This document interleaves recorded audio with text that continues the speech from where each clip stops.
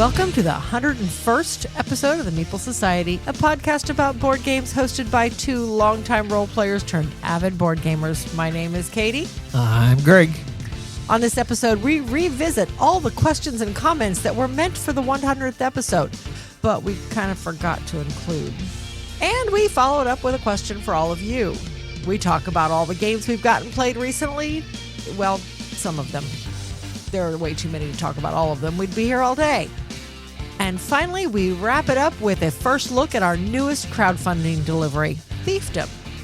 But first, we missed a lot of stuff on our 100th. We really did, yeah. I'm kind of embarrassed. As soon as Mark and Jess left, we're like, oh, shoot. Yeah, we had some questions from people. We had some comments about our 100th from people, and we apologize to all of you for not getting that on. We had some technical difficulties going on. I kept having some microphones cut in and out. Luckily, you can't tell. I mean, you can, if you've listened to the 100, you can kind of tell where some of the technical difficulties happened. But we kind of overcome with it.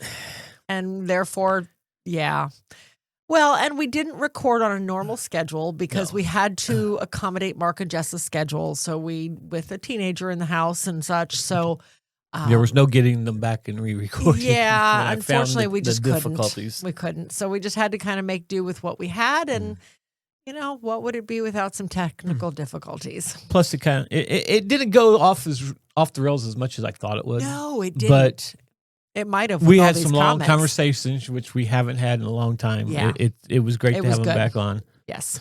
Agreed. So let's get to these questions and messages from the society members. That way we don't forget them again. I think that's normally it's about halfway through the show. We're going to do it first. Okay. Good plan. So the first one was from our friend Bill. Okay. What game is the most competitive between you both? And if you guys have never played with it, we are both so competitive against each other. And when we we're playing both games. Claim we're not, but we really I know, are. We are so competitive. We hate losing to each other. Yes. Okay. So, and for that reason, we do stay away from a lot of the heavy conflict games. Yes. The head-to-head. Yeah. I don't care for those games. You don't care for them if it's just the two of us. Right. We don't like area control. We stay away from those kind of games specifically for this reason. Mm-hmm. Honestly, I've thought about this for the last month now since Bill posed the question. And I think it's honestly any game that I can see the score building. If it's one of those That's a lot of games. Well, yes, I know. But if it's a game where I don't see the score till the very end, where you don't know who's going to win till the end, I don't feel that, oh crap, I'm behind. You know what I mean? But if I can see the score building, if I can see that I am 20 points behind and no way to catch up, then I feel more competitive because I have to figure out a way to change that. Does that make sense? Kind of, yeah. Because if I can't, like Ticket to Ride, I know in Ticket to, and we've been playing a lot of Ticket to Ride lately, guys. So in Ticket to Ride, you're supposed to score the individual routes as you go. We never do. We always wait to the end. Because we always forget. Yeah. And then you're like, oh, wait, did I score that? Oh, I don't know. Then you have to recount everything to make sure you did score it. It's just easier to do it at the end. Mm-hmm. And for me, that works because now I don't see that score building constantly through the game. You kind of can because you can see how big your routes are compared to the other players' routes are. Yes. And that's true. But it's not a blaring example of your marker's on 84 and mine's on 44. You know what I mean? Mm-hmm. It's not right there in your face. But yes, you can see it, obviously. But to me, that was the first thing that came to mind. Well, he did say what game, but... Well, that's a lot game of mechanism. I Yes. guess you could call it. That's the answer he's getting. So anything you can see the score at. Yes. Anything that I can see that score through the game. Okay. I can go with that. Because I was at a total loss when he says, like, oh, that is such a good question. I really wish we had Mark and Jess here to ask that question. Because that would have been an interesting conversation. So, conversation. Mark, Jessica, if you are answering or listening to this, maybe on YouTube or whatever, comment. We want to hear what your answers would have been on this question, too. And that goes for all of these. But yeah, I was also thinking, I know I'm racing games. Okay. I can see that with you. I'm like the biggest race fan in our family between me, you, Justin, Eric, Journey, and Jackie. And even half of our siblings, yes. Yeah. Well, my side of the family are all big race fans. They are big race fans, yes. Your side of the family, no. No. But in our immediate family, I am the biggest one because I'm constantly watching F1 or NASCAR, IndyCar, or what have you. Uh-huh. And playing the games and for I them, yeah. Can't win them to save my life. And I get so frustrated with not being able to win a race game, and I'm the biggest freaking race fan in the group. Yep. Oh, yeah, because we've been playing a lot of Heat. We just Justin played and I are one of the games we're going to talk about today is a race game. Yeah. So, yeah. But even like the little bitty ones, like that Coca-Cola NASCAR race game, you won. Did I really? You've won both of the games both games we've played are the game that's coming up. A lot of them. I guess I'm better at that mechanism. I don't win a lot at Heat. Okay. I mean, I think you really don't. Out of the 4 seasons we've done of Heat, or however many seasons we've done, I've won maybe 4 races. If that. I'm usually in last, especially the card ones. I just can't seem to get the card play correct. Yeah. So you think we're most competitive with games you can see the score, and I can understand that. Yes, I can see that because that's when I kind of start getting. I'm never going to catch you, and you are the same way. But yeah, we are both very competitive when we play against each other. So hopefully that kind of answers your question, Bill. So you want to read the next one? Yes. Sorry, I was looking at Heat to see how often you've won. Sorry. Let me go back to the outline. We don't need to know that. Okay. You sure? Yes, okay. I'm positive. All right. Probably anyway, like 2. Our next question was, again, from a friend, Adil. What's your favorite game with your least favorite mechanism? Something you normally wouldn't like, but for some reason the game is the exception to the rule. I remember seeing this question come up. I do not remember ever thinking about it, though. Favorite game? Least favorite mechanism. Well, and my least favorite mechanism, and I've got a few of them I really don't like. I don't like closed bidding. I don't even like open bidding. I don't like bidding. Like bidding. I don't like bidding, period. I don't like area control, but there are some games where it's not the main focus. It's a byproduct. Mm-hmm. Oh, my gosh. We played a game just the other day. It had a little bit of bidding in. It did. What was it? And you killed us at it. What was it? Tesla versus Edison. Oh, yes. Oh, yes. That's a good game. Yes, it is. It's a very good game. But bidding is just such a teeny part of that game. It's a small part of it. It only happens 3 times in the whole game. Right. When you're getting your, what was those? Your assistant, whatever it's called. Whatever, yeah, whatever and they're luminary. called. Luminaries, yes. Gosh.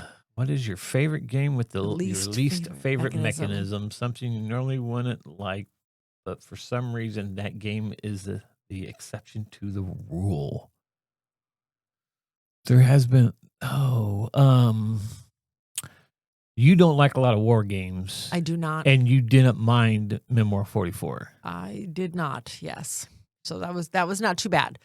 I don't think war games is a mechanism, though. No, but it is kind of a head-to-head battle game. I don't typically like race games either, though. I play them because you love them.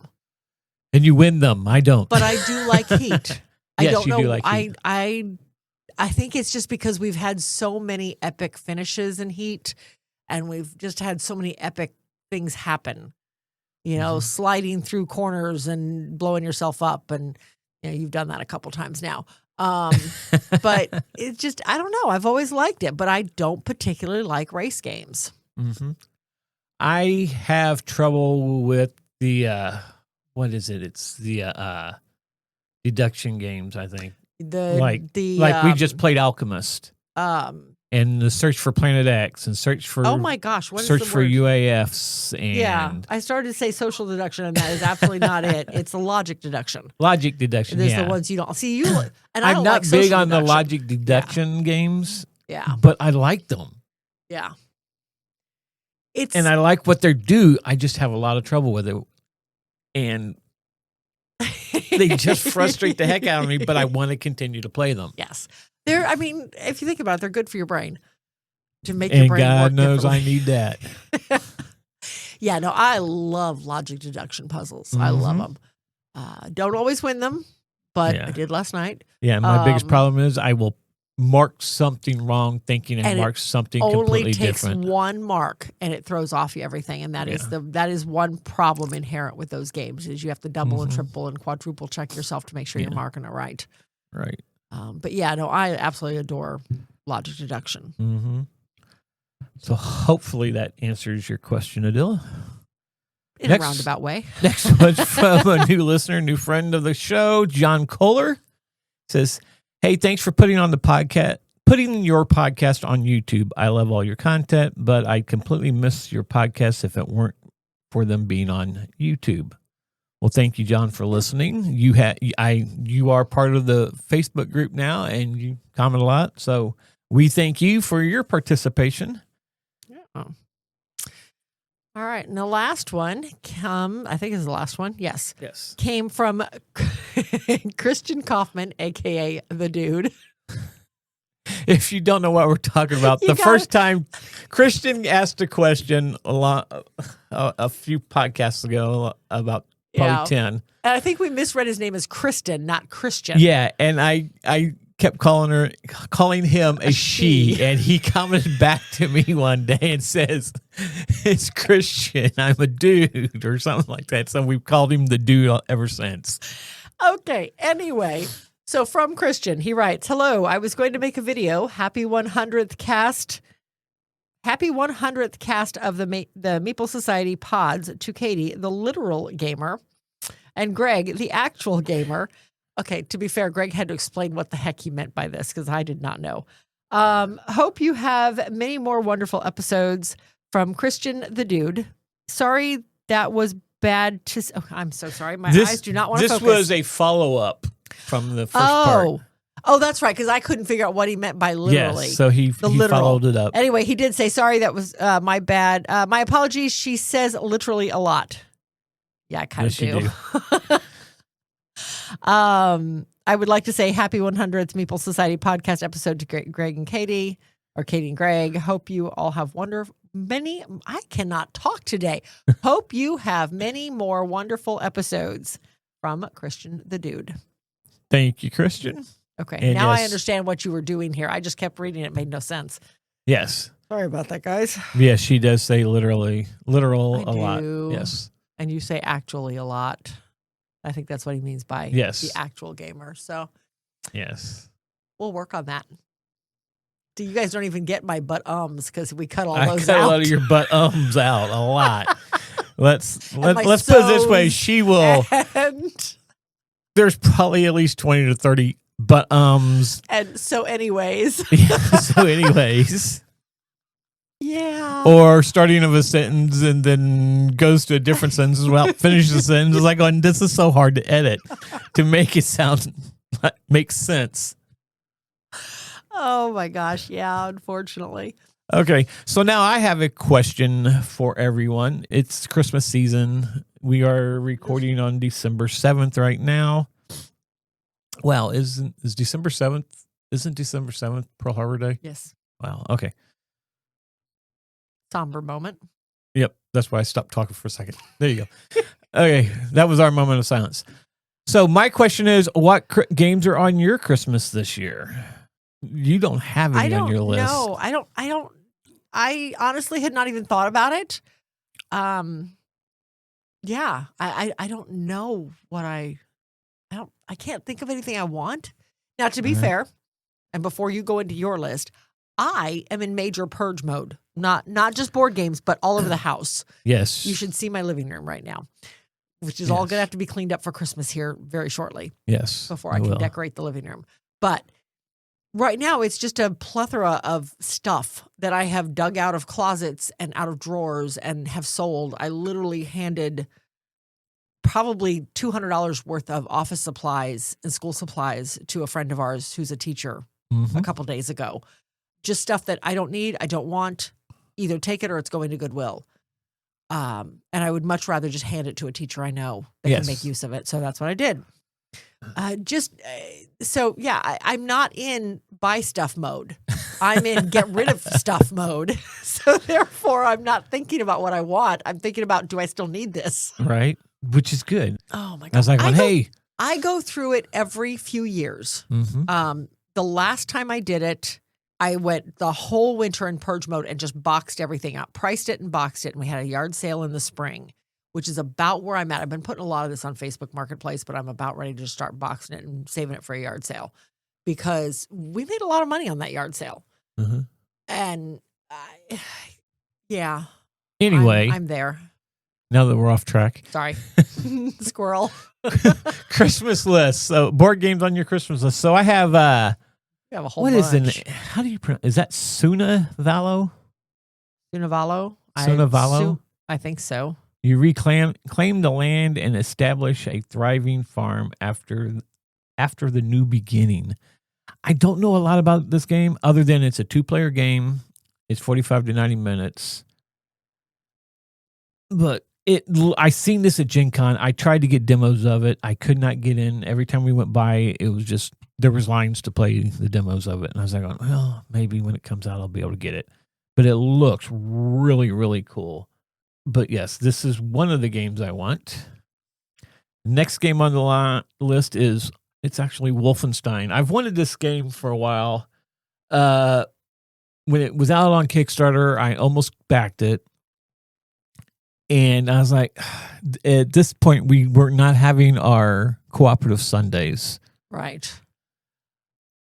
But this is a game, I played every version of this video game growing up. And even played the enemy territory version of Wolfenstein online for a long, long time. Was part of a clan in that group. But it's resurfaced. Right now, it's hard to find, though. Okay. But it has resurfaced back. The what I was going to back was like $300. I was like, I don't want to be another game that's just going to sit on the shelf. Right. Because like I said, at that time, we weren't playing cooperative dungeon crawl games. We just weren't into that. But now we've been playing a lot of them, but we have a backlog. Yes, we do have a backlog. But like I said, this is hard to find right now. But if I can find it at a good price, I would love it. Have all the 3D terrain and everything for it. But just getting the base game would be great. But I don't know if that's ever going to happen. Right. Because like I said, it is very hard to find. Another game I have on my list is Darwin's Journey. This is another game I thought about backing when it first came out. This one, I don't know very much about it, but it's always piqued my interest, but I don't know hardly anything about it, but I've heard good things. Yeah. You're basically retracing Darwin's journey through the Galapagos Islands. Okay. So it's a little bit more... I like the little one that came out at the same time. It's a lot heavier than In the Footsteps of Darwin. That's a lot heavier. Well, than yes, the Footsteps it would have to Darwin. be. This is a 60 to nothing. This is a 60 to an hour to 2 hour game. Okay. For 1 to 4 players. Okay. And it has a weight of 3.9. Oh wow, that's pretty heavy. Yeah, it's a heavy game. Okay. So the next one on my list is Come Sail Away. This one I've just heard a lot about. It just sounds really cool. It says the on cover BGG, does nothing for me.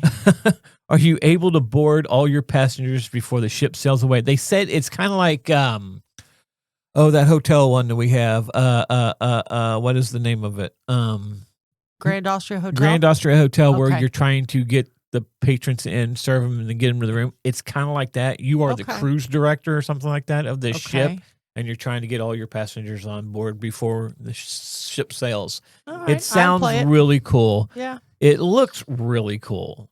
So if you look at the board, I'm looking at a picture of the board right now, and it kind of gives you that Grand Austria Hotel vibe. Mm-hmm, it does. So this one, it's one I've had on my list for a while. Then another one is Nova Roma. This has been on the list for a long time. This is another one I thought about backing. What's the one we have that is?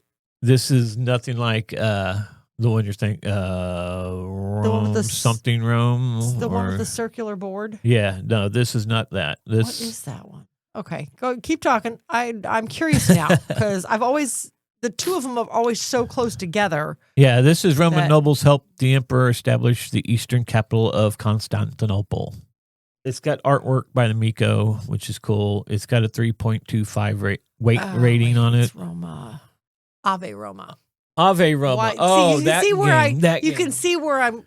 Nova Roma, Ave Roma. Yeah, or no, Nova Roma and Ave Roma. Ave Roma. It just that's Ave Roma is a card the collecting game. Yeah, basically, and this is a worker placement game. Okay. This is by the same person who did what is that game? The winter game. Why can I not think of his other game that we have? Endless Winter. He did Endless Winter and Dice Hospital and Lockup and different games. Okay, another one. The last one I have on my list is the most recent Vital Lacerda game, Speakeasy. Another one I almost kickstarted, and I was like, I don't know if I want to deal with tariffs. Right. I'll wait till it gets here. Well, it's not in our stores yet. I haven't seen it in any of our stores yet. It'll be there, yeah. Well, the one hitherto usually has all the Kickstarter stuff in just as it releases because they usually back it with a bunch, and I haven't seen it in the store. It may have been like Heat or Art Nova, and you had to reserve a copy of it. But this one, I still want to play it. I want it. But yeah, that's what's on my Christmas list of games. There's a lot more on my Christmas list, but they're not board games. Right. So let us know in the comments what's on your Christmas list this year. Crowdfunding. We did a crowdfunding. Well, I did a crowdfunding. I was going to say, who's this we, Kimosabi? Oh, wow. No, this one looked good. You did ask first, and I agreed. This one looks good. This is the Great Library. This is the next Vital Lacerda game. Now, the reason I said I want to get this one, I want to make sure I get this one, is because... So this one has to deal with the Library of Alexandria. Why is that so big right now? Because Katie got me into watching all of the library series. The Librarian series. The movies. And the movies. We've only seen the one. I've only watched... No, we watched two of them. 2 to 3 now. The only one you're missing is the last one now. And we watched all the seasons of Warehouse 13. Yes. And both of them always talk about the Library of Alexandria because they're all collecting artifacts in both shows. They're both very similar in concept. Yes, shows. they have to go out and get these artifacts and put them into the library so nobody hurts themselves with it, basically. And this deals with the Library of Alexandria. I'm sure it has nothing to do with the shows, but it still is. It looks interesting. Yeah, let me see if I can find something really quick. Tells us about it. It says, as players step into the sandals of librarians in the Great Library, you take on the crucial responsibilities of leading the institution within the... What is that word? This one right there. Malcean? We'll go with that. Malcean. I don't know. Navigating the challenges and opportunities presented by the legendary Center of Knowledge. Amidst the relics, diverse minds, and busting port activity, the librarians became a primary custodian of knowledge, shaping the legacy of the Great Library and contributing to the rich tapestries of ancient history. So it's basically kind of like the first librarians from the TV show. So I was like, this sounds really cool. It looked really cool, too. The game board is really busy. It kind of reminds me, this game board kind of reminds me of the game board from Luthier. Or Luthier, however you wish to call that. Very, very busy. Yeah. We have not played Luthier, though. Yeah, I know, but we've seen the board sitting on the table. We have. And this reminds me a lot about it. But yes, it looks real good. It looks right up our alley. I'm excited for it. But we got to wait a year. Yeah, this is supposed to deliver in September of next year, so we will see. But it's got an 8.0. I don't know how they rate this unless these are the people who reviewed the games. It's got to be. People who play tested it and whatnot. Yeah. But I have not seen a Vital Lacerda game that is gotten a lower ranking. I was going to say this is a Lacerda game, isn't it? I didn't realize. With the Tool artwork, and it's from Eagle Griffin Games. Well, then that's okay. How did you not know this was a Lacerda game? Because I didn't look at it. I think I even told you that. You probably did, but again, purge mode, not acquire mode. Right. So so this one looks really good. I can't wait to get it. So shall we talk about games that we've actually played lately? I think that's and not talk about games we want. Idea. Well, games you want, but yes, I think that's a fantastic idea. So I guess I'm starting off since Greg has done a lot of talking here lately. More than I normally do. Well, yeah, true. All right, well, my turn. All right, so one of the first games, one of the games that I have gotten played recently. You did not get this one played. You played this on Ladies' Night. Yes, I played this on Ladies' Night. A few people wanted to try Earth with the Abundance expansion. And so I took it with me and all of the deluxe upgrades and the whole works. So, all right, so Earth. You know what? We're going to do this right here. All right, so Earth, the original game of Earth came out in 2023. Was designed by Maxime Tardif, art by MB1 Studio, Connor McGoy, Yulia. Oh my gosh, why do I do this to myself? Yulia Sozanik and Kenneth Spond. Published by Inside Up Games. Plays 1 to 5 players, ages 13 and up, roughly 45 to 90 minutes in length. The expansion came out in 2025, adds a 6th player to it, still 45 to 90 minutes, ages 13 and up. They did not list oh, that's interesting. They don't list the artists on here, but I imagine it's probably the same one. Okay, so Earth. The basis of Earth, and I don't think we've ever talked about Earth on the podcast. I don't know how we've gotten through this without talking about it. I know, right? All right, so the way Earth itself is played, it's got a follow mechanism that keeps everybody 100% engaged during the game, which I love. I love those games. So there is no downtime. There's no waiting for your turn. You are doing something on everybody's turn, even if it's not a lot. So in Earth, there are 4 main actions that you can take. You can take the grow action or the plant action. This is the green action. You, as the person whose turn it is, you can plant 2 of your cards into your tableau, and then you can draw 4 cards and keep 1 out of the main deck. And this deck is huge. I'll just say that. Your tableau is a 4x4 grid of cards, and those cards activate off of each other and in a specific order. So you want to make sure that you have them down in an advantageous format, or an advantageous order, so that they can play off of each other well. So that's the first action that you can take as the active person. Everybody else in the game can either plant a card. Can plant 1 card if they choose to, and still draw 1 card blind off the top of the deck. You don't get to choose, though. You just draw it blind. The second action is to get dirt. Dirt is the main money in the game. This is what you use to plant all of your cards. As the active player, you can get 5 dirt, and then you can compost 2 cards out of the deck. There's 2 ways to compost. Composting is literally taking a card either in your hand or from the top of the deck and stating, I don't want this card. I'm never going to be able to build it. I'm putting it into a pile. It is now worth a point at the end of the game, period. But I can never use that card again. It's compost. So being the active player, you get to compost 2 just right off the top of the deck. You don't even have to take something out of your hand. You just grab them blind off the top of the deck and throw them in the pile. There's 2 points, done. And then you grab 5 dirt. Every other player can either take 2 dirt or compost 2 cards out of the deck. But you have to choose.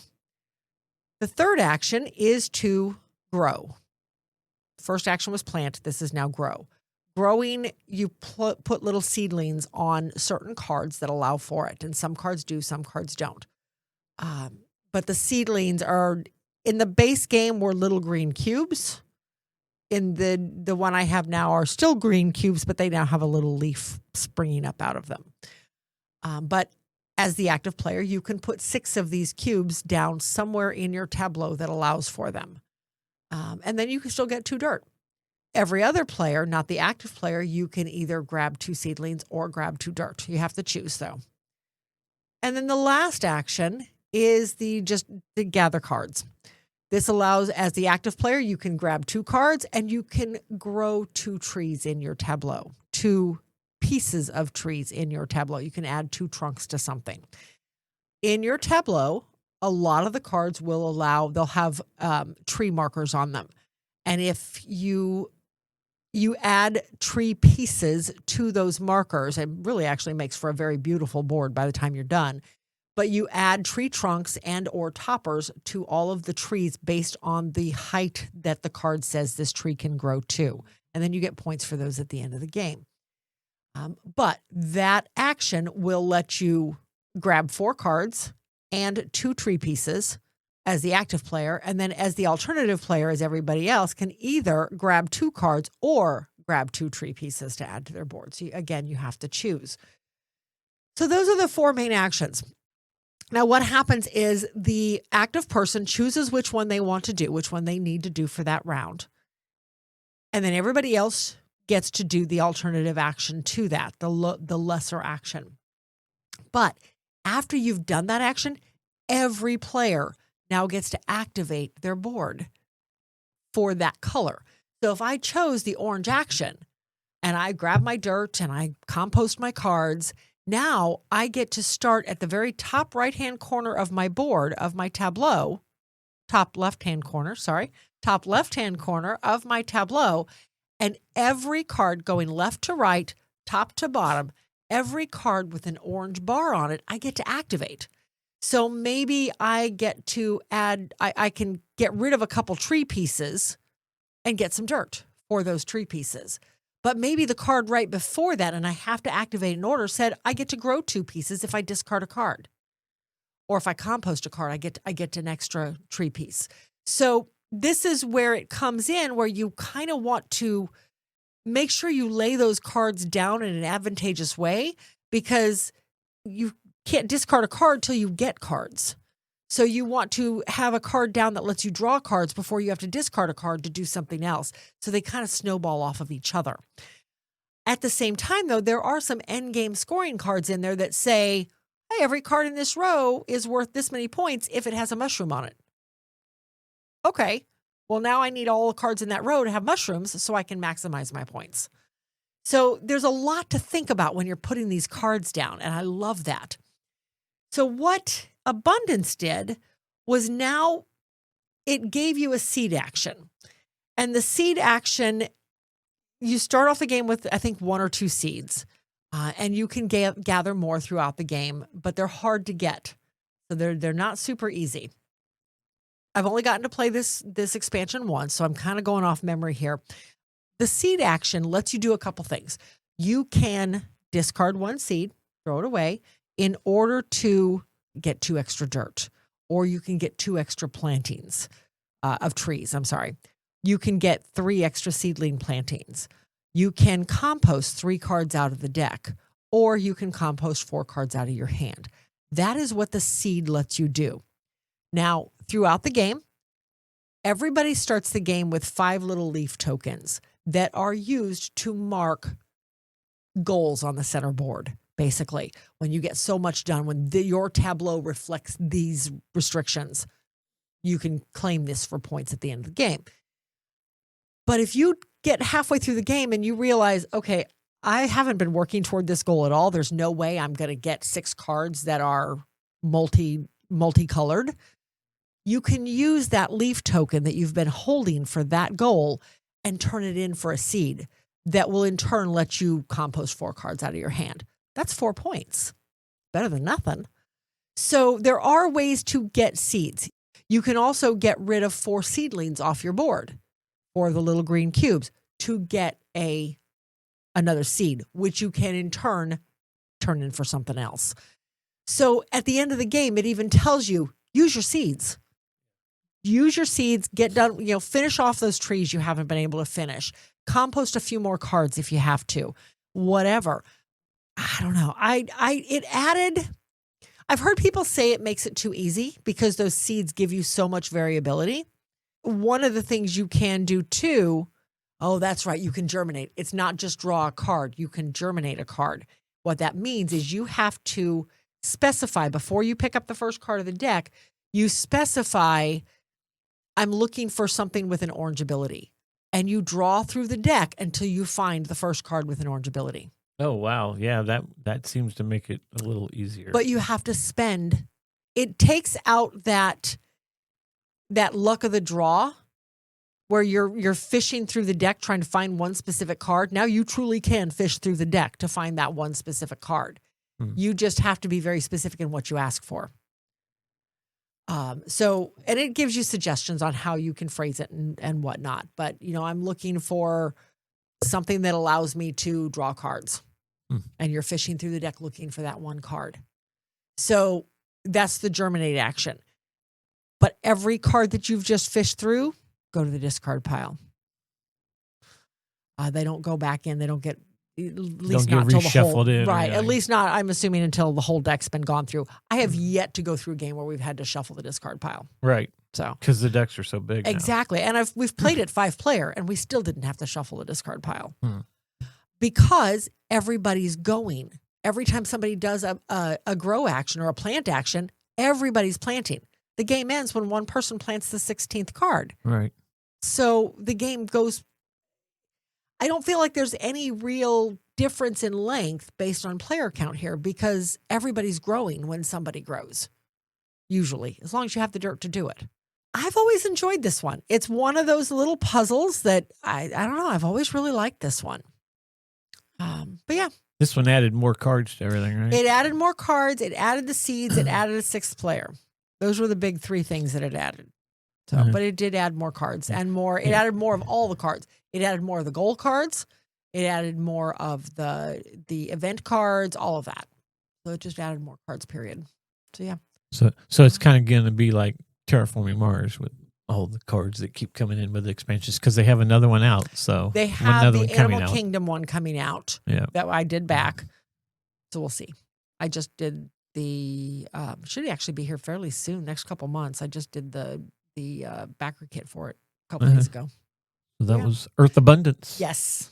Highly recommended. If you have Earth, I really enjoyed this expansion. I did. Okay, the first game I want to talk about is Thunder Alley. This is a game from 2014, so it's an older racing game. Bet y'all can't figure out who won this one. This was played with just me and Katie played it. This is a 2 to 7 player game. It's a 90-minute game. That was about right? About 90 minutes, an hour and a half? Yeah, hour and a half, maybe 2 hours. For ages 10 and up. Yep, ages 10 and up. It is designed by Jeff and Carla Horger. I'm sorry, I probably pronounced that one wrong. Horger. Artist by Roger B. McGowan and Kurt Miller, and published by GMT Games. So if you know anything about GMT Games, you know there's a lot of chits in this game. GMT Games is known for its chits and its cards, and not a lot of big graphics. But this board looked really cool, right? Yeah. Yep. Yeah, it was good. Okay. I mean, it was very basic, but yeah. So in this game, you are a racing team. You don't just race one card. You are racing your team, and depending on how many players you have, it depends on how many cars you're going to get. In a 2-player game, you get 6 cars. You're going to have a hand of 7 cards in your hand to begin with. At the end of the round, you can discard any cards you didn't use and draw back up. But how the field is set is the same cards at the bottom of the cards. There's this line of the teams.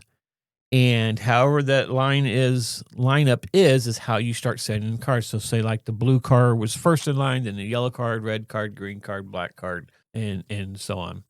In the actual rules, they tell you use that card, and then just once you get through the first set of cards, you start the next set of cards backwards.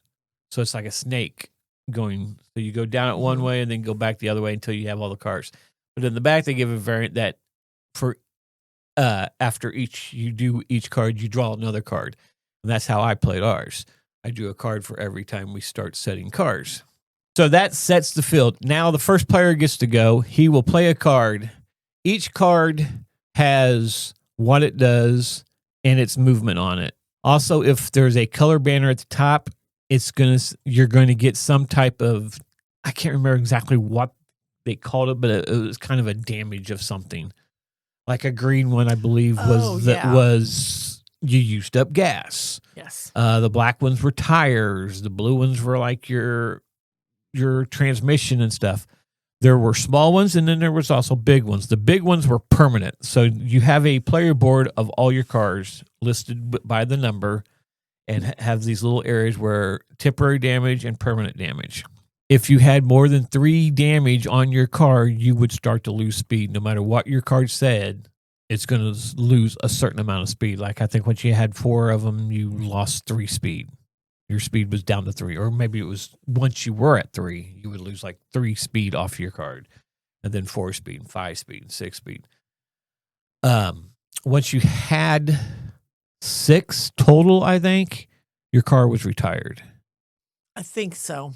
We never had that happen. No. We were very careful on spreading out the bad damage. Mm-hmm. So how do you get rid of these is at the end of each turn, you have the option to go into the pits, which meant you just moved down, you moved back, I think it was 5 spaces. Something like that. And then you rejoined in.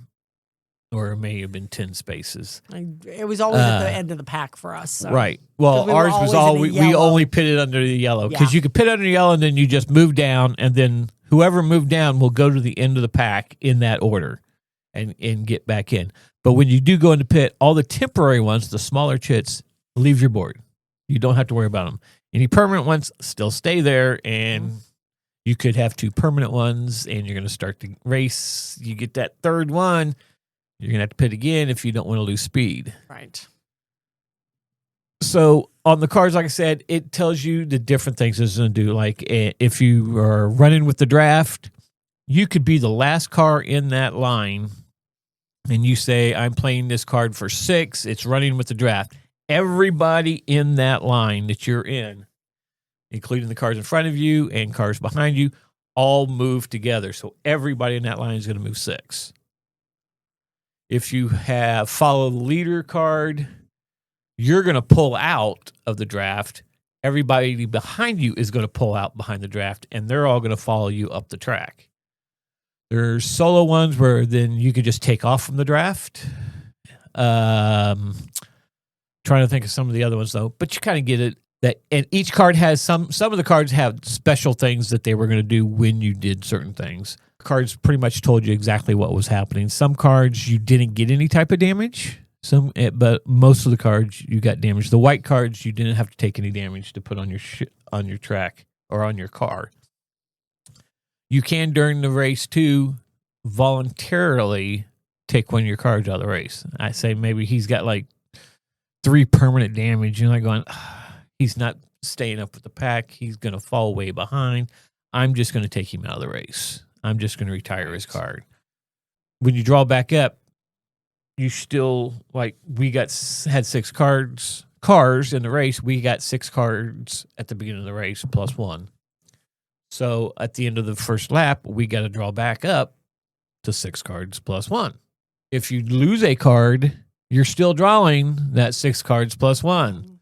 So that you always have 7 cards in your hand. You don't lose cards when you lose cars. That they tell you in the strategy in the book that's actually a good thing because now you have more options as to what cards you're going to play. Right. And it helps you out a little bit more. You got 1 less card you got to worry about, and you got, like I said, you got more options because usually you had 7 cards, and 6 cars, so you would always have an extra one. But now you got, say you've dropped 2 cards out of the race, you retired 2 cards out of the race. Now you have 3 extra cards that you could choose from for all your cards. So it was kind of cool. I felt in this last game we played, though, once you got in that lead, there was no catching you until you did a draft in this game near the end of the race and took my one card that I thought was for sure was I was going to end up just dropping out of the race because he was so far behind me. And somehow he got up there. Yeah. You dragged him forward, and then I had a solo run of like 9 and went right across the start-finish line to win the race. Just because your one car won the race doesn't mean your team's going to win the race. Right. And the winner is the team that had the most points. Right. So each time you go across the start-finish line at the end of the race, you're going to take a position token and put it on that card. And it's going to have points on that card, however many, like I think it was like 63 points or whatever it was for first place, and it just goes down from there. If you're in the lead at the end of the turn, you get a turn leader marker, which is worth another point. And you got every one of those except for one. I actually got 1 turn leader token. You led the entire race until the very end. I did. And still beat me pretty badly. Something. I don't remember what the score was. But yeah, probably. Yeah. Now, this one does not have a set schedule like Heat does. They have the seasons that you can run. You can come up with your seasons. The base game came with 4 different tracks, and these are big boards too. Yes. The artwork is really cool. It shows you where to put everything. There are expansions. I think there's like at least another 4 tracks, 5 tracks, something like that you can get. So you can make your own season. You just draw it up, say, hey, we're going to go to this track this day, this track for the next race, track 3's over here, track 4, and so on. You just come up with your season, however many races you're going to do, and do a point standings thing at the end of the season. So it can be played like Heat. I think Heat may have gotten some of its ideas from this game. Maybe. I don't know. The card play of how far you move and everything, though, but I don't know. But this is one of the things I'd love to do. Once we get done with Heat, I'd love to put together a season. We have 4 tracks. We could just do a short season and see how it comes out. But I think this is the most thematic of the racing games, I think. I mean, Heat is good. Automobiles is okay. Yeah, I say we haven't played that one in a while. But I'm thinking Formula Day. Oh, okay. Or Formula D. It's the dice rolling one where you're shifting gears and everything. This one, I think, because of the way it drafts, Heat has that little at the very end. If you're right behind it, you can draft around them, slingshot around them. This one, it has that whole draft. I mean, if I'm moving this card and I'm using a card that says draft, that whole line's moving. Right. So I liked that. That was really cool because you could get your cars moved up farther and not even have to play a card yet. And then when you got your card, you could be in even a better spot to try and take the lead, which I was rarely in a spot. I was trying to get it where all my cars were in one line and leave your cars all in the other line and do like a drag down it. But you kept moving things, or I would keep moving things. And it never happened. I got it to the point where I had all of them but one car in a draft, but it didn't stay that way. After every turn, after everybody plays their cars, there's an event. And every one of our events was a yellow flag. I think. Yes. Yeah, I think we might have had one green flag, but I don't recall. I think they were all yellows. I want to say they were all yellows. I think we had one red because it was a crash. Yeah, I crashed my 2 cars together. That's right. And one of them was so damaged it was out of the race. Yep. Nope. I remember that one now. Yeah. But yeah, that was pretty bad. It's like take your car and the closest car with you, and you spin out and you do this much damage. And I'm like, well, the only car near me is my other car. Yep. So I crashed. My teammates crashed. That was so bad. But I do really like this game. This is only the second time we've played this. We've had it for about 4 years now. Yeah, we got this on our first trip down to the Dice Tower Retreat. We bought it off of Facebook Marketplace or one of the board games. Yeah, it was in the middle of North Carolina. We picked it up on the way down. But I do like this game. I would like to play it more. I would like to play it with Justin and Jackie since they played Heat, see what they think about it. Yeah. But I don't think this one's going anywhere. I thought for a minute there for a while, I was like, we've played it once. I don't remember a lot about it. Maybe we should just get rid of it. We played it again. Nope. I do remember liking this one. See, this playing through our collection thing is a good idea. Yep. Making sure we actually like something before we get rid of it. Yep. So if you like GMT games and you really like racing, this is definitely one to look at. I don't know how available this one is now. I have seen it actually up on marketplace now. Oh, if you go to Board Game Geek, you can see it, and it says on Amazon you can buy this for $70. Okay. Noble Knight has it for $45. Miniature Market has for $52. So yeah, so apparently you can still get it out there. Well, see, there you go. The expansions, on the other hand, I see one expansion at Noble Knights for $125, and then one at Board Game Bliss for $50 Canadian. So yeah, so you can still find it, I guess. So okay. So that is Thunder Alley by GMT Games. All right, so the next game I'm going to talk about is one we got to play recently. It was a Kickstarter delivery, I don't know, a couple years ago. This is Theme Park Mania. It was released last year, so I guess it was last year it was delivered. Now that I think about it. Released last year, 2024, published by Meeple Master, designed by Gurjan Eckel and Susan Eckel, art by Gurjan, and I'm probably mispronouncing that, Gurjan Eckel. Plays 2 to 4 players, ages 10 and up, roughly 45 to 120 minutes. And that is a pretty wide range, but that depends on your player count and your difficulty level, because you can scale the game length based on how many attractions you put into the game. All right, so the concept with this one, the tagline on BGG states to build a theme park together. When the gates open, the competition starts. So how this runs. At the start of the game, everybody decides together how many attractions you're going to put into the park, whether it be 12 or 16, and that will determine your game length.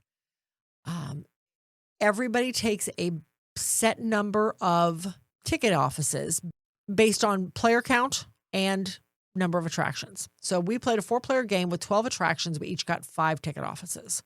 Yes, that's one too many per player for everybody to have an even amount, but it keeps that one player from holding off opening up an attraction to stall the game, because somebody else can just open it and take that attraction. So I understand why they don't keep it in an even number. All right, so the whole idea of this game is you're building a theme park. You're starting off by building pathways and train tracks around the park.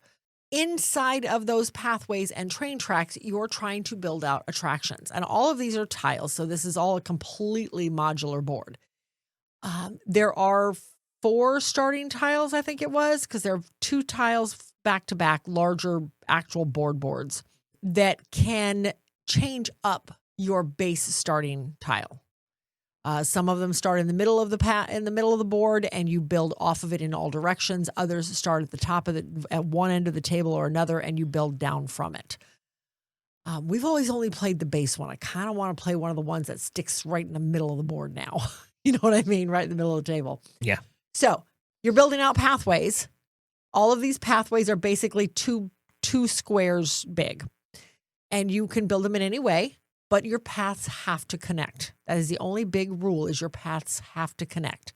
You can also build out your train tracks. Your train tracks are basically, I think they're three squares long and have to go, and they're all straights. So you kind of have to go around the board. You can't just wiggle all the way through it, because there are no turned tracks in the stack. Every player starts with one single square of turning track and one single square of a pathway that you can either make straight or turned. So there's only 4 turning tracks in the whole game. Now, I think there must be a 5th player expansion out there somewhere, or they intended on one, because it did come with a 5th set of the single tiles. It also comes with a purple spot on all of the center boards, all of the main boards, where you can have purple players lined up. Okay. And here I go. Okay, so actually, anyway. No, literally. Literally. All right, so what happens now? You start building out your paths. The park is not open. Nobody can start traversing through the park. Nobody can start traipsing through the park until there are at least 4 attractions open. One of the actions you can take, besides putting down paths, besides putting down trains, is that you can put down an attraction and a couple of, what are they called? It's the little pieces. You can buy up to 2 of them. Facilities. Thank you. There's also a big 6 stacks of facilities that are 1 by 1 squares. The attractions are 2 by 2 squares, so 4 squares put together. You pick an attraction off the top of the pile. On the back side of the attraction is a lot of different icons, one of which is a theme. If you can match the theme of the attraction with the theme of the facilities that you're buying, you're going to get extra points for that. If you can't, you can still place the facilities. That's fine. You just don't get the extra points at the end of the game. So you're laying down your attraction. You're putting your facilities next to it. The only rule to placement is that the facility has to be up against your attraction, or it has to be in the attraction network in that area, but it has to be accessible from the path. It cannot. You can't have to walk through the attraction to get to it. You have to have a path next to it, but it can be a couple spots away as long as it all flows together. Another option you can do is just to buy facilities. The last action you have is to move. You do that by playing cards, i.e., I want to say like Trekking the National Park style. All of the cards have numbers on them. Not all of them. There are movement cards. There are some other cards in the deck that you can play to do special actions. Most of the cards have a movement point on them. You play that to move your big meeple around the park, trying to visit all of the attractions. As you visit attractions, you are placing one of your little mini meeples that are all lined up at the park entrance. You're taking one of those mini meeples and putting it into the attraction you just visited to mark that you've been there. Whenever you visit an attraction, you get money from the front office because that person just basically paid money to get into the park. The amount you get is dependent on how many rides have been built at this point. But then you have to turn around and pay the person who owns the ride that you just visited. If it's yourself, then fabulous. You get to keep that money. But if it's another player, you have to pay them so much for visiting the ride, plus more money for every facility that's attached to it. End of the game happens when one player has visited all, like I said, 12 or 16 attractions. And then you count up points. You get so many points for each attraction you have. You get so many points for each facility that is attached to it, plus extra points for having the themed facilities next to it.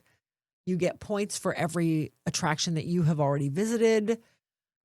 You get points for having employees. There are 4 employees you can hire, one of which you have to have before you can even start building attractions. Another you have to have before you can start operating those attractions. The other one is a security guard, which just helps you with some of the cards that come up. And then the mascot, which you can put into one of your attractions if you have the right facility piece. And they give you bonuses. They give you extra money. You get points for having any or all of those at the end of the game. Gosh, I think that's about it. That covers a good chunk of it. Yeah. This unfortunately did not get a lot of praise. And I think there are some issues. And we played it with Doug and Mary, and both of them were in agreement that it's got good bones. It doesn't feel like it was 100% fleshed out. So. Yeah, it seems like it just needed a couple tweaks. Extra. Yeah. Yeah. So we did come up with a few house rules that we kind of want to try with this one before we give up on it. I do like it. I like what it does. But like I said, it's just kind of right there. Right. So we're going to try this again with some house rules and see what it does. It's a mediocre game right now. Yeah. With a few little extra things, it could be a pretty good game. It could be pretty good, yeah. Right now, I got a 5.6 on BGG. Yeah. And I think I would probably go a little higher than that, but at the same time, the problem we have run into both times we've played this is that you run out of pathways. I don't feel like there's enough pathways to incorporate 16 rides. There really isn't. But when we were building the paths, we were building the areas so small, and that was our fault. The table was certainly big enough. We could have built bigger. But it hemmed in what we could do with the facilities, and we got to the point where all of the facilities on top we couldn't touch. None of us could use any of them, so they sat there stagnant for the rest of the game. We couldn't get to the scenic ones that we could place because there are scenery tiles mixed in there. Yeah. So we felt like one house rule might be to have have some scenery tiles mixed in, but just have one stack of scenery tiles where there's always a scenery tile available to you. Mm-hmm. You know what I mean? Yeah. And that would have helped. That would have helped keep some of that flowing, so we could have split up our rides to build more. Mm-hmm. But also to allow you to build at the end of a path once the pathways were gone. Once the pathways were gone and you could not build more pathways, they're just left there as dead ends. According to the rules, you can't build anything on them. No. But maybe once they're gone as a house rule, now you can. Maybe you can have an attraction or a facility at the end of a pathway. Yeah. Maybe they should have those little tiles, like when the train tracks end, they have that little piece that goes to the end. Maybe they should have little end caps off the side of the board. They should. Once you run out of pathways, you put all those on the end of the so that now you pathways. can build around them. Yeah. And it doesn't just stop. Mm-hmm. So, yeah. So, like I said, it's right there. But, yeah, that is Theme Park Mania. I liked it, but I'm hoping I will like it better with some of the house rules we came up with. We'll see. Okay, the next game I want to talk about is Through the Ages, a new story of civilization. Up front, I am not going to explain this game. We may go into a little bit of that. There is so much going on in this game. It is, we'd have a 2-hour podcast just me explaining every detail about this game. There are a lot of good game playthroughs out there. Yes. Which, honestly, just hearing the rules is not going to help. No, you're going to have to watch. I mean, the rules, although I looked at the rules here recently after we played it, they made a lot more sense. And I'm like, it's because I've actually played the game now. When we watched it at first, was like going, what? Yeah. We ended up having to watch a rules playthrough video and still refer back to the book continuously throughout the game. Yeah. I do like, there is 2 books. Yes. One has the rules, another one it kind of explains the cards, Some different of the cards, things in there. So explains a lot of stuff. But this is a, I guess you could call it a civilization building game where you are going to be buying cards off this center board with actions, and your actions are coming from your government. Your government will tell you the first one you get, which took forever to remember how to pronounce that one. And right now I can't remember what it was.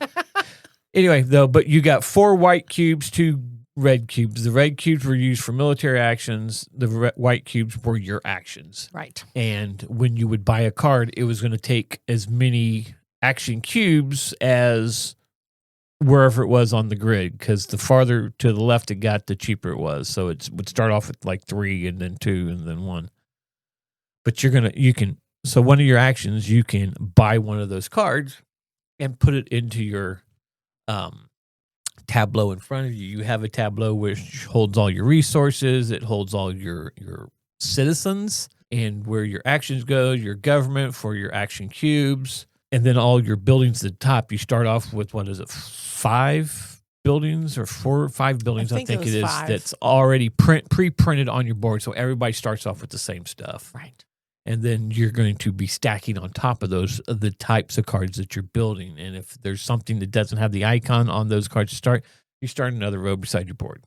And most of the time, those are buildings that do different things. Mm-hmm.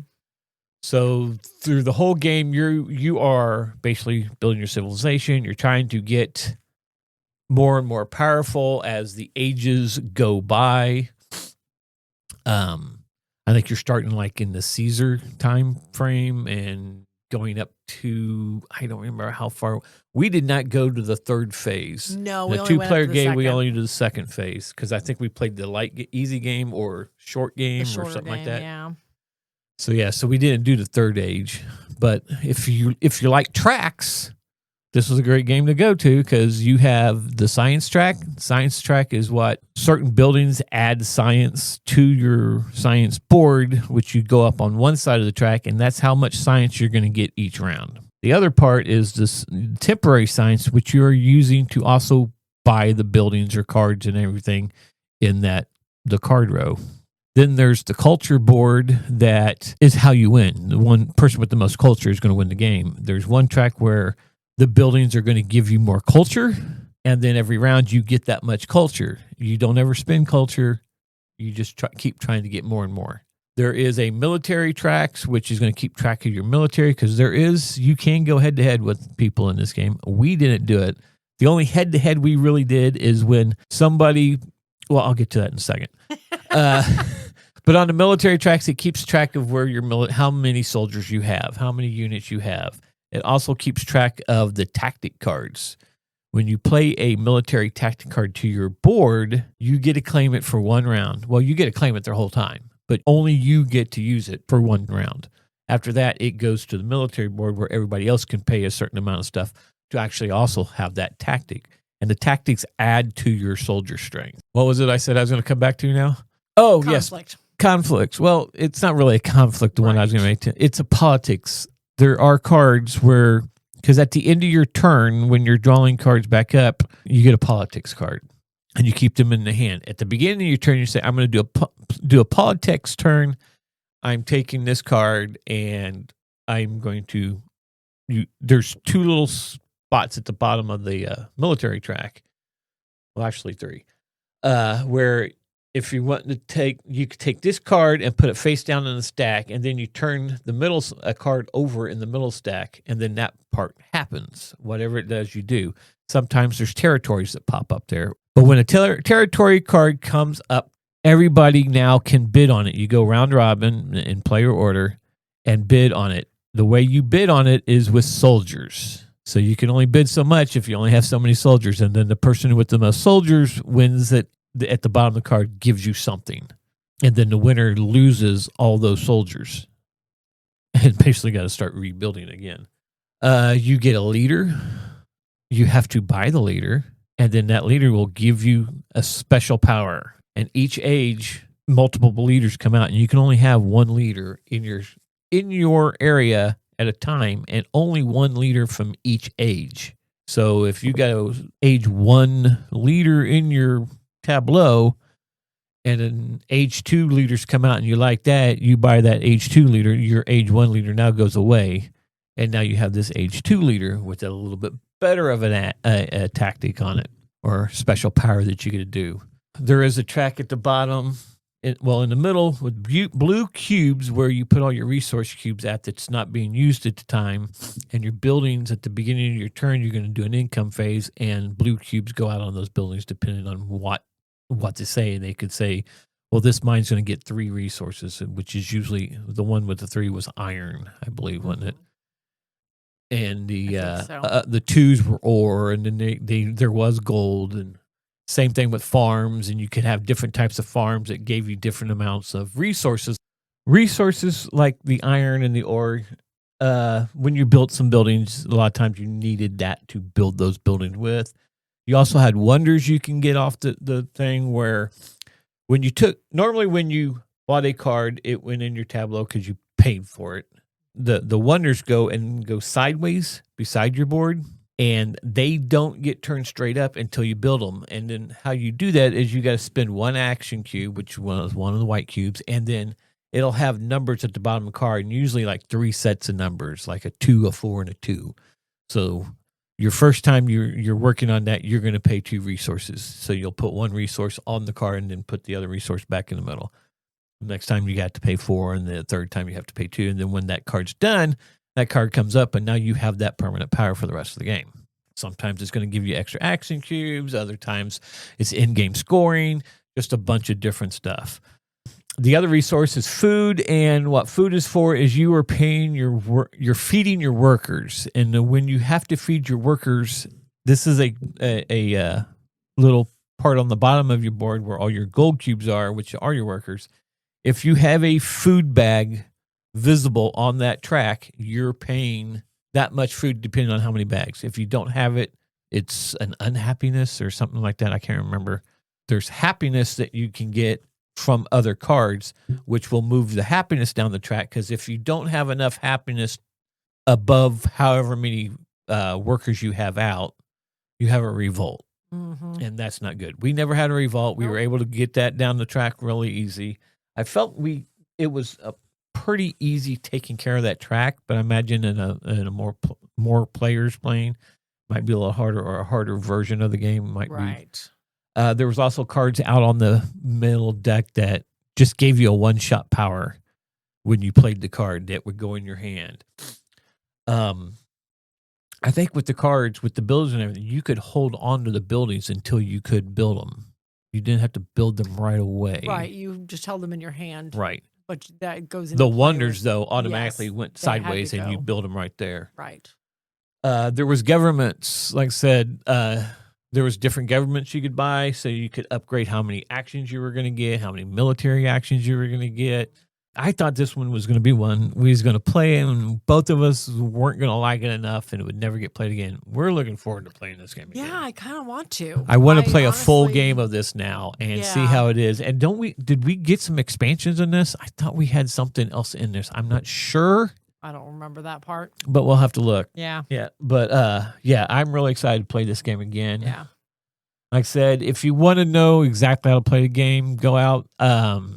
Meeple University puts on a pretty good one. I heard Paul Grogan has a really good one to play. It's 2 parts in like an hour and a half. If you want to see a full play of the long one, Gone Cardboard, I think is what it's called. It's like a 5-hour gameplay. This can be a very long game, and ours was a 4-hour game, something like that, and it was a short game for 2 players. We were just learning it. Yeah.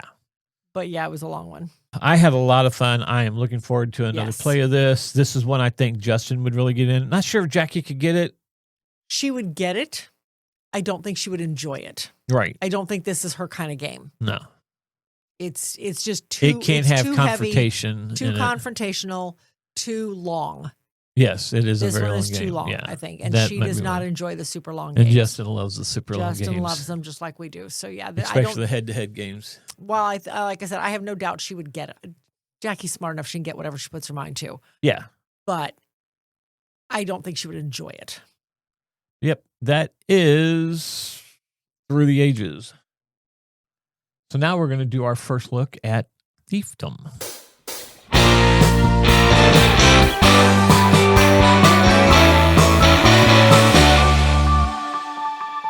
You know, when I wrote this up earlier, I thought, is there a tagline on that? Is there an extra part to the sentence? There's not. It is just Thiefdom. Okay. So Thiefdom first appeared on Kickstarter like 2.5 years ago. I swear it was forever ago. Finally released this year, 2025, by Karma Games. Plays 1 to 4 players, ages 14 and up, 60 to 120 minutes, so 1 to 2 hours. Designed by, Juma Jojo? Jojo, sure. Something. And Simon Schmider. Art by the Miko. Thank you. I was going to say, I do not know how to pronounce now his you first know why name. he goes by the Miko. D'Amico. Got it. Okay. And published by Karma Games. I said that already. Did you? Yes, I did. Okay. Yes. Okay, so the way this one runs, Thiefdom is a modular board. The board is made up of a number of city tiles based on your player count. And we played 2-player, so we had 6 city boards out. Each of the boards also have an offshoot off of them. It could be a villa where you can go take stuff from. It could be a piece to the catacomb, which essentially links you to other sections of the board very, very quickly. I think the game comes with 8 tiles, which you use in I'm assuming 3 to 4 player game. You use the extra 2 city pieces. You are essentially playing 3 characters, 3 thieves that work as a team to move around the city, to loot stuff off of villagers, to loot stuff off of nobles, to steal from the deputies or the sheriffs as they walk by you, to steal from the carriage or from the villas. Ultimately trying to sell those items in order to get victory points or gold. Okay, so as I stated, each player board has 3 thieves on it. So you are controlling your 3 thieves. Each of the thieves look just slightly different with the little meeples that are running around the board. In addition to that, each player controls a number of nobles and police officers. The Guards, thank you. I wasn't sure what they called them in this. The nobles, guards, and or the carriage. depending on your player count, will depend on how many of them you get to control. So there are different cards for various player counts. But those cards rotate through the game. So you're not always going to be controlling the same guards or the same nobles every turn. Everybody has basically 4 turn tiles, numbered 1 through 4. You are secretly placing them on your 3 thieves and your public figures, your guards and your nobles. And that's all 1 card. That determines what order you're going to activate them in. So everybody's doing this secretly, and then everybody reveals their numbers at the same time. At least your number ones. We revealed each number individually. We didn't reveal all of them at once. I'm not sure which way it should be, but that's the way we did it. So you're revealing your number 1, and in turn order, everybody activates whoever they classified as number 1, whoever they identified. Then everybody reveals number 2, and you do the same thing. You move whoever your number 2 is. Every thief gets essentially 3 actions. You can move, you can pick something up, you can interact with a building. When you move so many spaces. It is a limited movement. But if you stop to do something, if you stop to pickpocket one of the nobles, that ends your movement. You can do movement again, but it's another action. So you have to be kind of careful and to plan that out properly.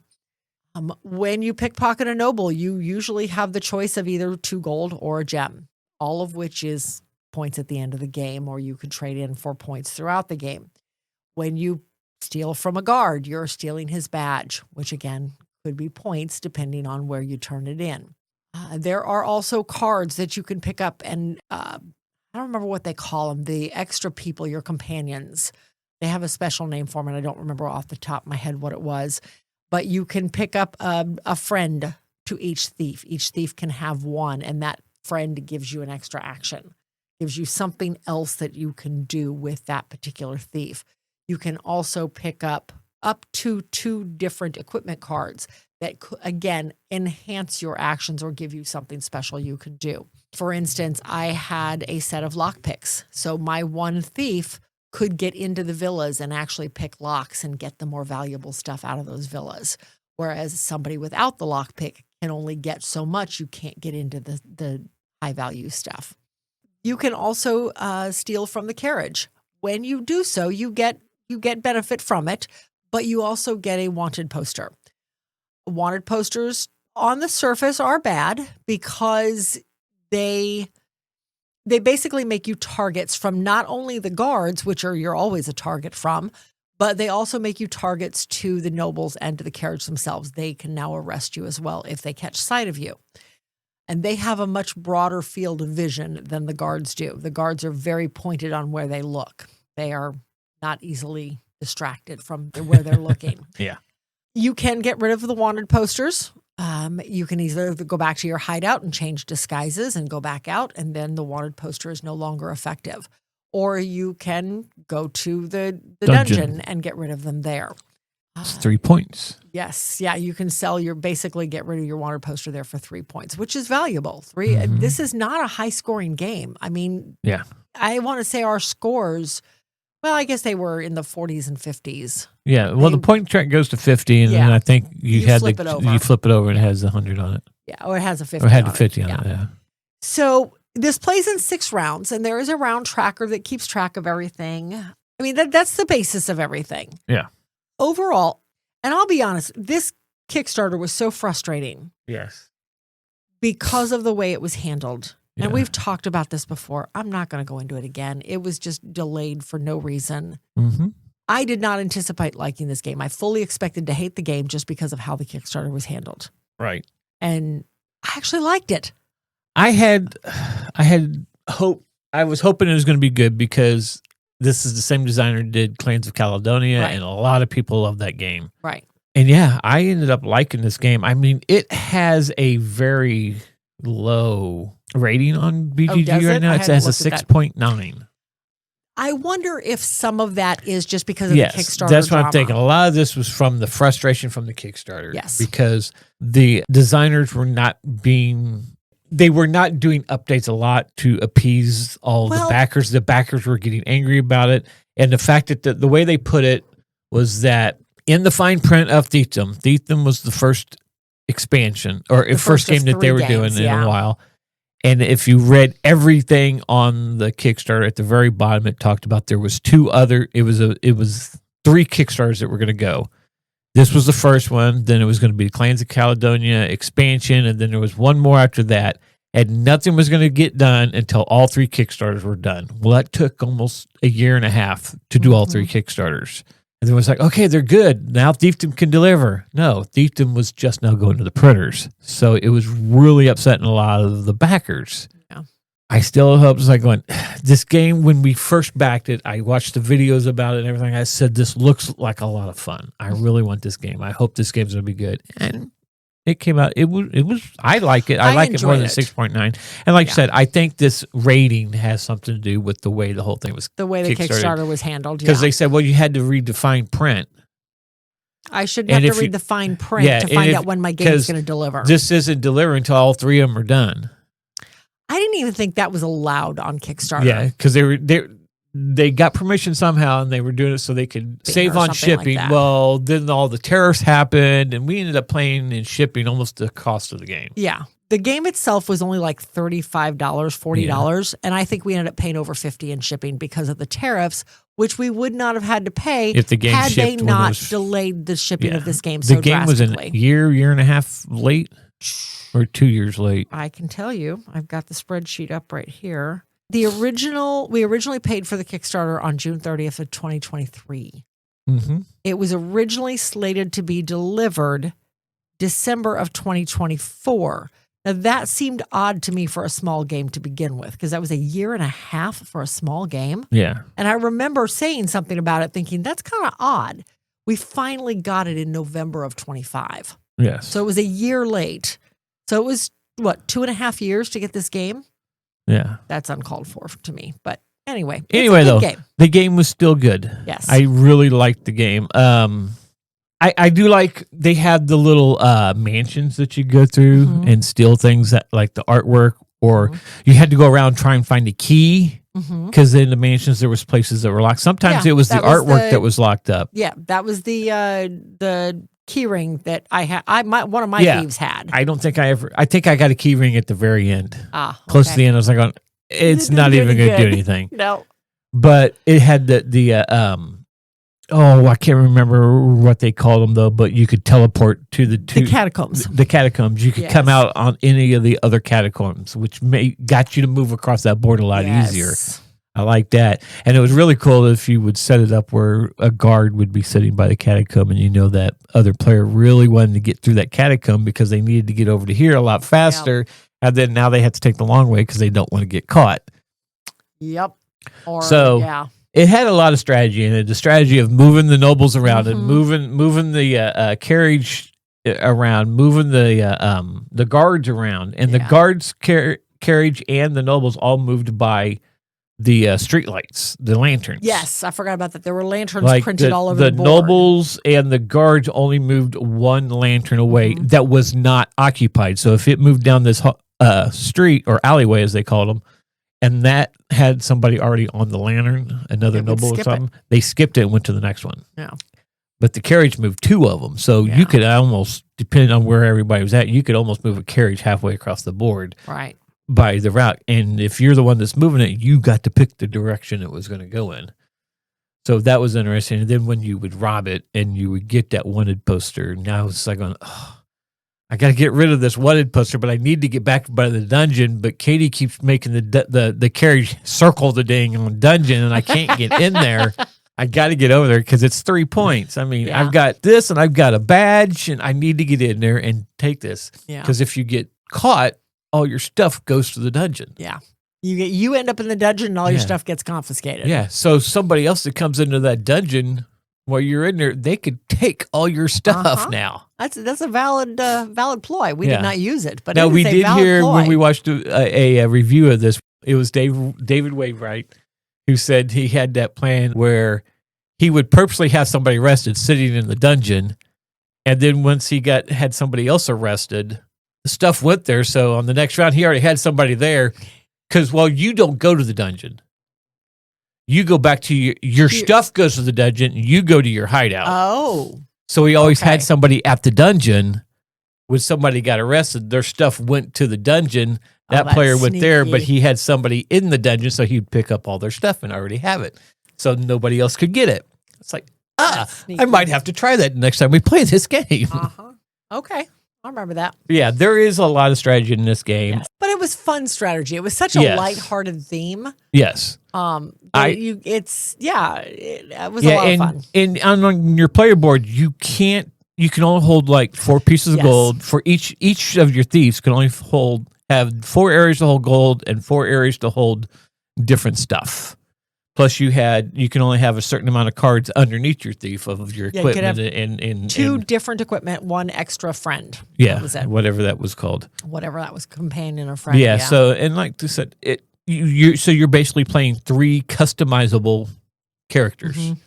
Because if one person had a pair of keys, all your thieves did not have keys. Just that one person had the keys. So you couldn't share equipment. Right. So each thief had its own stuff. So you're customizing that. You got to pick at the beginning of the game where your hideout was going to be at.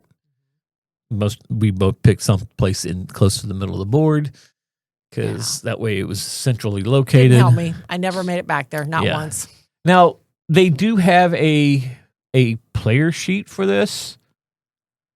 And it's all 100% icons. Yeah. And it was kind of hard to understand what they were doing until we got mostly through the game. Yeah. And I was like, okay, this is starting to make sense. And then at the bottom, and it's split in 1, 2, 3, 4 different sections. The bottom section shows shows what each building does. So you don't have to lean over the boards like, what does that building do? Oh, wait a minute. Okay, so that's the barrel. So, oh yeah, I can go in here and do this. I can go in there and buy wine, or I can go in there and sell. I can buy. Well, and it was liquor, one way wasn't it? It was liquor. It was liquor, and then you could sell wine. The wine was in the water skins, the wine skins.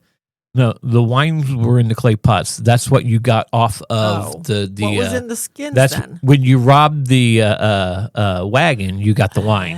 Okay. The water skins was alcohol or liquor. I can't remember exactly what they called it. I thought it was the other way around. Okay. No. Then you had a place to go and sell the paintings you stole, or what is the other ones? The rubies or jewels, I think it was. There was a place you go, you could max out on your money, so you had plenty of money to go do other things. And there's where you can sell the alcohol or whatever it was called. Places to go, like the dungeon was, you could go and sell the badges and sell get rid of your wanted poster. But the cool thing is they had the icons beside it, and the icons on the board beside the building, so you could just look and see what you needed. It also shows on that player ideas how the other people moved. Like the wagon shows ×2 lanterns. The guards moved 1 lantern. The nobles moved 1 lantern. It showed you what you did if you robbed a noble, if you robbed a guard, or if you robbed the wagon, what you got. Yeah. And then above that is your possible actions you got of the 3 actions you could do. And then the top, I believe, is the beginning of the round and end of the round or whatever. Yeah. That part, I still wasn't 100% sure what it was. So if you know the game, player aid works. If you don't know the game, you like we did, we just put it aside. It was like, I have no idea what that's doing. I don't think I looked at that the entire game. Yeah, I kept looking at it as we went, and that's when I was like, oh, okay, it's starting to make sense. Yeah, I didn't even look at it the whole game, so... There was nothing in the rule book to tell you that explained what it. Yeah, was if going you on couldn't in make this. heads or tails out of it to begin with, you weren't going to make heads or tails out of it. They could have done a better job on that. The artwork on this game is still fabulous. Of course, it's the Miko artwork. So. Yeah, it's a cute game. Would you recommend this to people? Yeah, I think so. I think it's a lot of fun. Mm-hmm. I mean, at its heart, it's a pick up and deliver. Because you're picking stuff up throughout the city, you're robbing people, which is picking up, and delivering it someplace to get points and or coins. So, but yeah, if you like pick up and deliver, this is an interesting twist on it. I think so too. Although I've seen this all of a sudden in the marketplaces. Well, I have a feeling a lot of people were just frustrated over that. Yeah. So they're just selling it. They're not even getting the chance. Too. Yeah. We honestly were. Yep. But I still enjoy it. Now that we've played it, I want to play it again. So that is Thiefdom. We both enjoyed it. We both kind of recommend it. So this is going to do it for episode 101. If you like this episode or any of our content and haven't subscribed to the podcast, please do so by going to iTunes, Apple Podcasts, Spotify, or wherever you get your podcasts.